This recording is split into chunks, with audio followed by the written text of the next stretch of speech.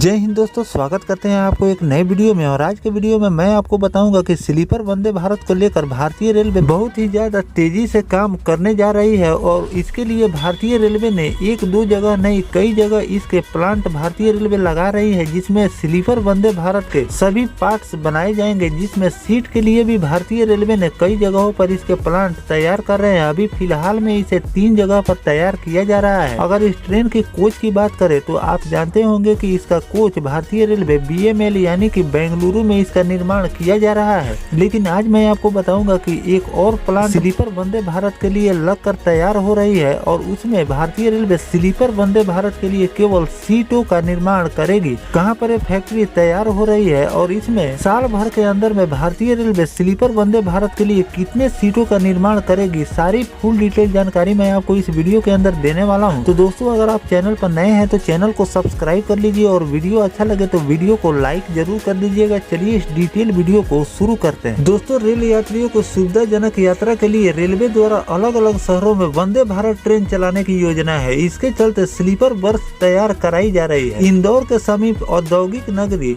पीथमपुरा में यह sleeper birth 100 crore की लागत से प्लांट तैयार हो रहे हैं। यह प्लांट 12 एकड़ जमीन में होगा। जिस कंपनी के पास वर्तमान में चेयर कार वंदे भारत की सीट बनाने का ठेका है, वही कंपनी अब वंदे भारत ट्रेन स्लीपर के भी बर्थ तैयार करेगी। पिनेकल इंडस्ट्रीज लिमिटेड कंपनी द्वारा पीथमपुरा में जो प्लांट लगाया जा रहा है, वही प्लांट मार्च 2025 में काम करना शुरू कर दे। वर्तमान में पीथमपुरा में कंपनी के पहले से ही 3 प्लांट है। अब कंपनी चौथा प्लांट शुरू करने जा रही है।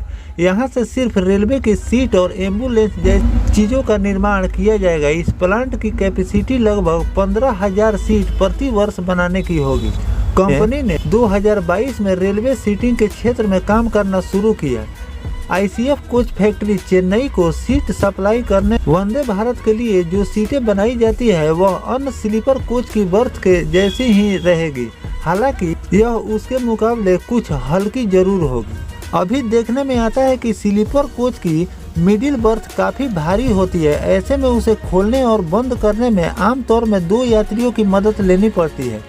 इससे पहले के मुकाबले वजन में कुछ हल्का जरूर रखा जाएगा, लेकिन इसकी क्वालिटी से किसी प्रकार का समझौता नहीं किया जाएगा।